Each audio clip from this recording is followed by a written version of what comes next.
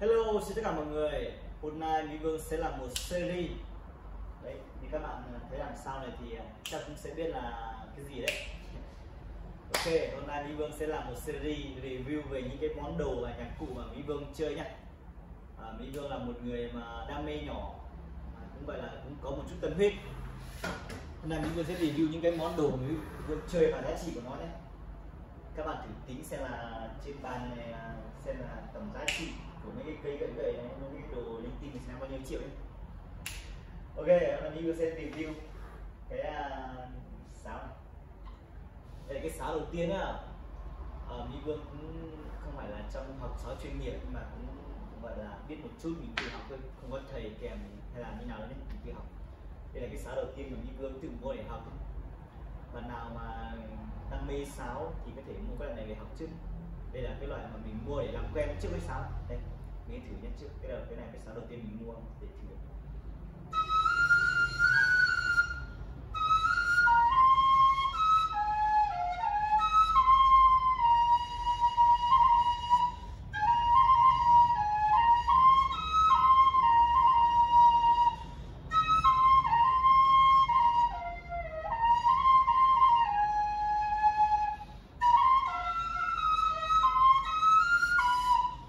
Đây là cái sáo, là sáo gì nhỉ? Đấy biết, sáo kèn gì đi. Ở đây có một số cái sáo, có một số cái đồ đây là mình tự mua, và có hai món quà là bố mình mua tặng cho mình, mua tặng cho mình đi học, bố mình mua tặng cho mình. Đây, đây là cái sáo, đây là cái sáo mèo kép, đây là bố mình mua tặng cho mình. Cái này trước mình mua là như là 70.000 rẻ 70.000 đấy. Còn cái này là bố mình mua cho mình, mua tặng cho mình. Năm mình học lớp 10. Bắt đầu năm mình học lớp 10 thì mình bắt đầu chơi sáo mèo nhé. Bây giờ mình học hết lớp 12 học chơi bàn. Đầu học mình học cuối lớp 10 thì bố mình mua cho cái này. Học hết lớp 10 bố mua cho cái này nhá. Cái này là 600.000 thiệt hại của nó. Bây giờ mình kêu cho mình vẫn hay dùng cái này đi biểu diễn ạ. Để mà mình ra được cái sản phẩm làm sao đấy á. Mình phụ thuộc vào cái sáo này, mình không phải là mình tay giỏi hay gì đâu, nhưng mà ý là mình tiết kiệm tiền để từ cái sáo mình đi biểu diễn này thì mình để mua những cái làm sao đỡ bẩn này. Cái này vẫn đây, cái này vẫn chưa, mình mua được 3 năm nay rồi, nhưng mà vẫn chưa thay lan cái lưới gì nhá, cũng rất là ok, chưa mua 600.000 này.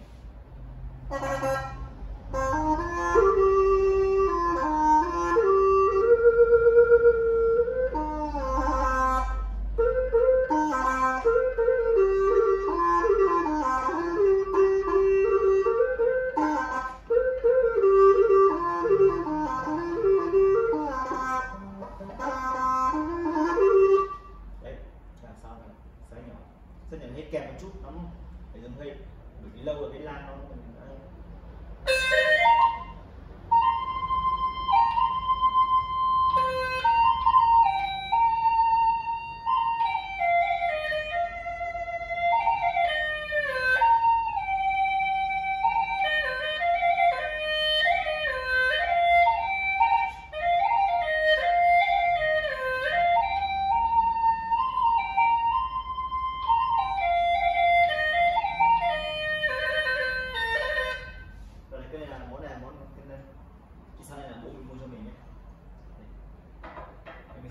cái món là bố mình mua cho mình trước.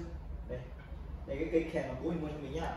Cây kèn này mua là tổng thiệt hại giá trị là 3 triệu nhé. Bây giờ nó đang hỏng một cây, nó bị hỏng một cây, mình sẽ thử một tí nhá. Mình không biết thổi mạnh nữa, mình không biết thổi mà là tôi độ thổi đều dùng được nhá. Mình hay dùng cái cây kèn này đấy. Mình hay dùng cái hai món này của bố mình này. Bố mình tặng cho mình hay dùng hai món này để đi biểu diễn, để lấy tiền mua những thứ làm sao đấy nhá.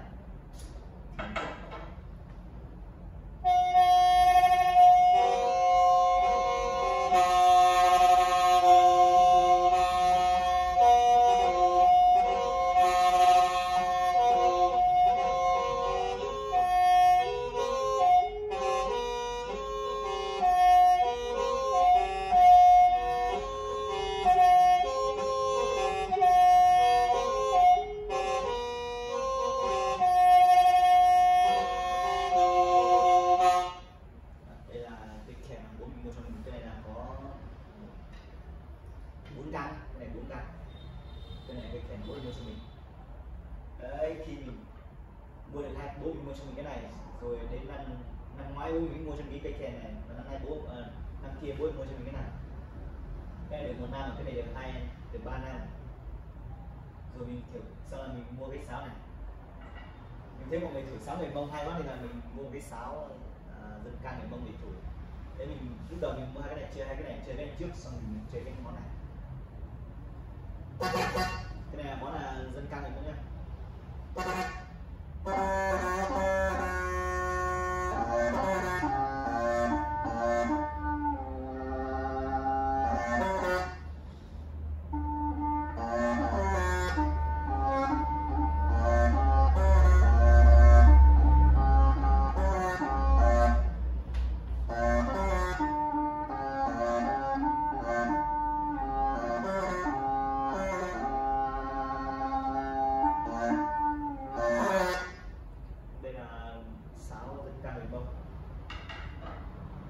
Chơi cái này xong thì mình thấy một cái lúc đấy mình thấy cái đàn, mình thấy cái sáo này sáo bầu. Cái này trước mình mua là 150 cái này, cái cây bút lỗ. Mình mua cái sáo bầu này.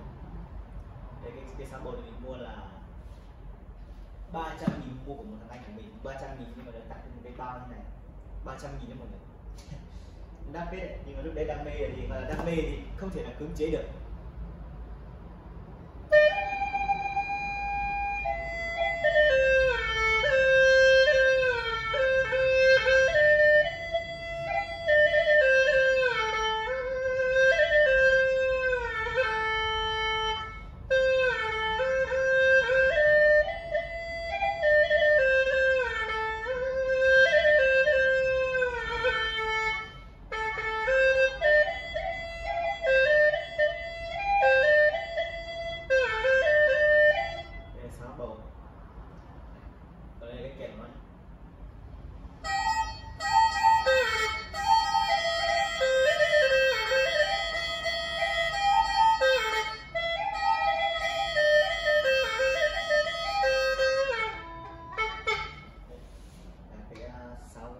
Bộ mình thiệt hại là 300.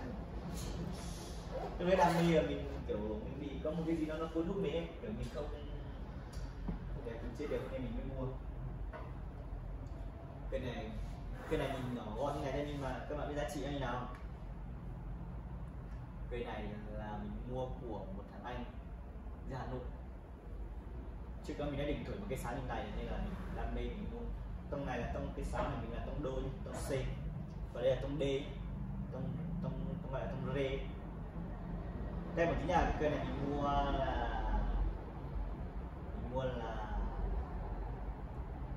1M2, 1.2 test thử nhá.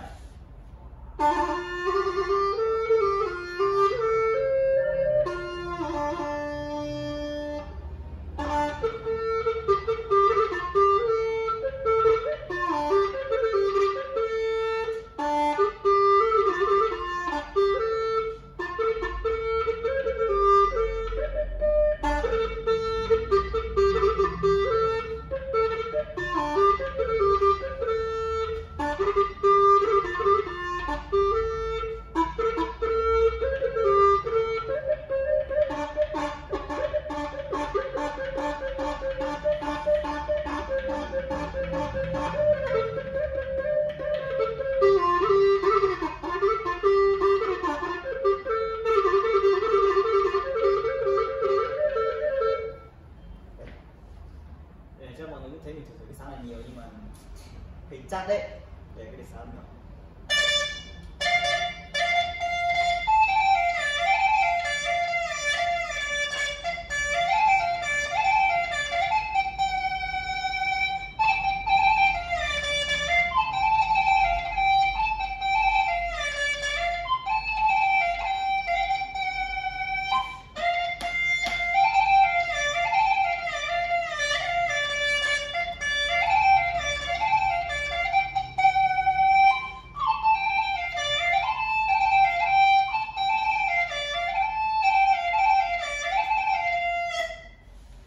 Cái này mình hay mang đi thổi chiếc thằng piêu, và là mình thổi cái này chiếc thằng piêu rực rỡ luôn. Đó, rồi mua cái cây này là sáo trúc, nhưng mà mình không biết chơi nhiều nha. Sáo trúc mình chơi ít thì mình chơi nhiều. Rồi mình chơi sáo trúc này là 10 lỗ, cái này là mình mua 200.000. Thử nhá.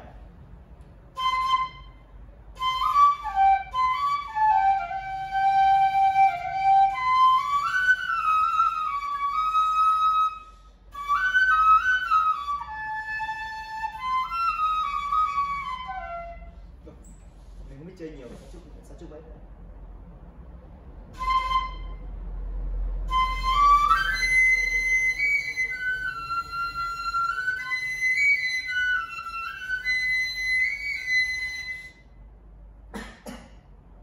Đây sáo trúc. Đấy, mình anh thổi cho mọi người cũng thấy. Đây là một đôi kèm một đôi kèm gọi là một đôi kèm đàn môi. Cái này mua 30.000.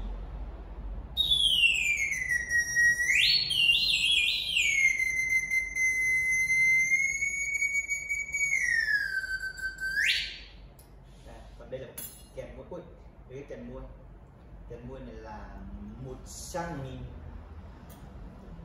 Cái chắc phải dòm gần cái đây cái đàn môi là kèm môi như này nhé, kèm môi như này. Đấy, thử tí nhá.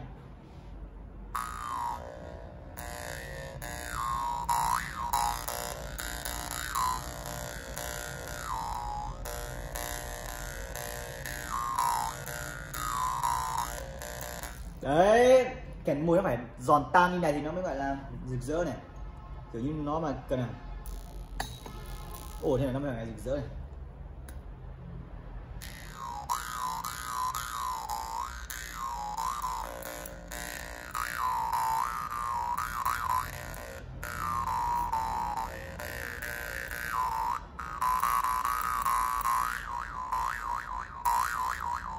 Đấy, là một đôi kèm, một đôi gọi là chim họa mi.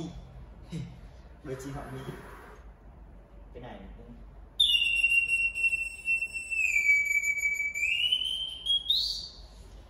đây là mi. Đây là một cái cây. Đây, rồi mình mua cái cây này. Cây này mình mua để chơi nhưng mà mình cũng chưa biết chơi nhiều đâu mà. Chơi này mình chơi để cái này mình mua ở đây, mình muốn một để tập á. Đây là đàn nhị.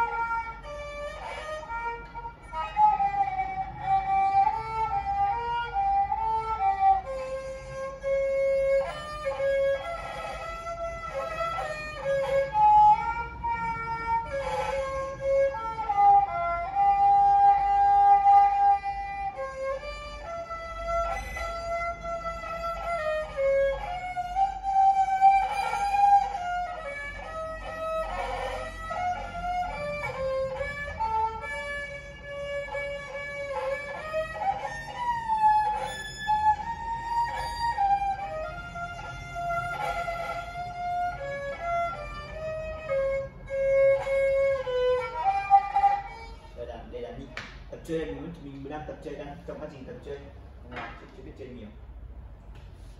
Đây là cái con khủng hoảng của mình. Con này mình mua là, đố các bạn biết con này giá bao nhiêu? Con này là 3 triệu thì các bạn biết con này bao nhiêu?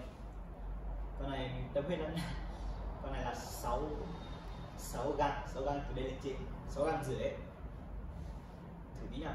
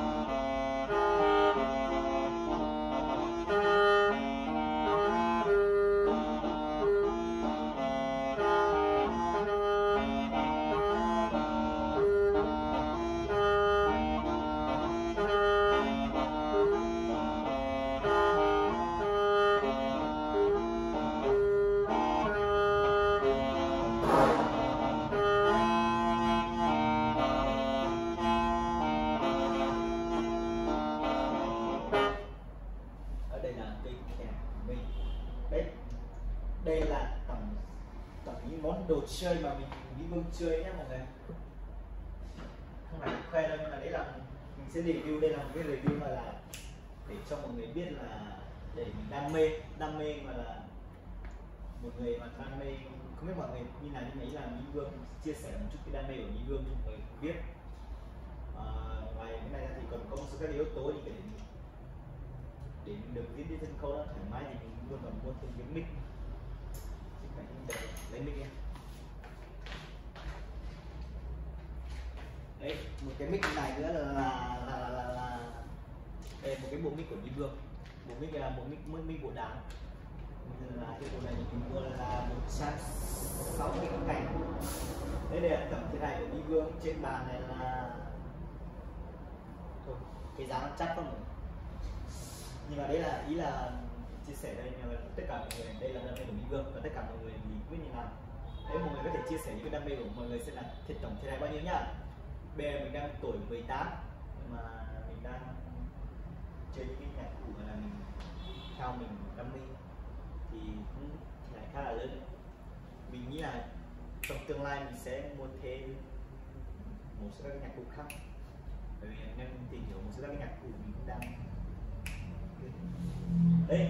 Toàn bộ đây là những cái món đồ của Mỹ Vương, mà để Mỹ Vương mua được tất cả những cái món đồ trên bàn nhé, nhờ cái cây sáo này của bố, cây sáo cái này, cây sáo cái này của bố mình, cây sáo này là bố mình muốn tặng, và cái này là bố mẹ mình bảo là thích thì đam mê thì mua học tôi đấy. Mình mà cái này để đi biểu diễn, để mua món bên này là chắc phết đấy. Đi biểu diễn cũng đi biểu diễn và là cũng đi làm đủ thứ để mua được những cái đam mê ấy. Nhưng mà tuy là nó không nhiều nhưng mà nó gọi là tâm huyết của mình trong 3 năm học, mình học cấp 3 ấy.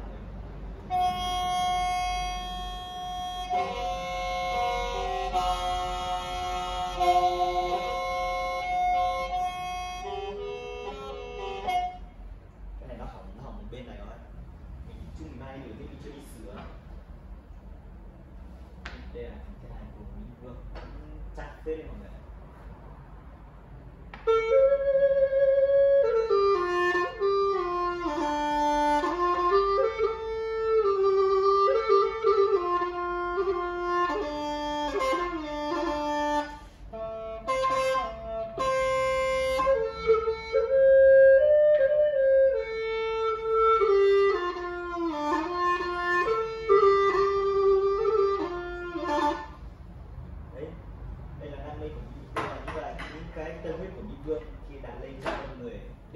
Trên cái con đường nghệ thuật mà đây là không phải nghệ thuật, đây là nghệ thuật nhưng mà không phải là nghệ thuật kiểu nghệ thuật nó chưa được quá là chuyên nghiệp, nhưng mà gọi là có một chút kỹ năng sân khấu ấy, khỏi kỹ năng sân khấu gọi là một chút nghệ thuật từ bản thân mình tự mày mò thôi.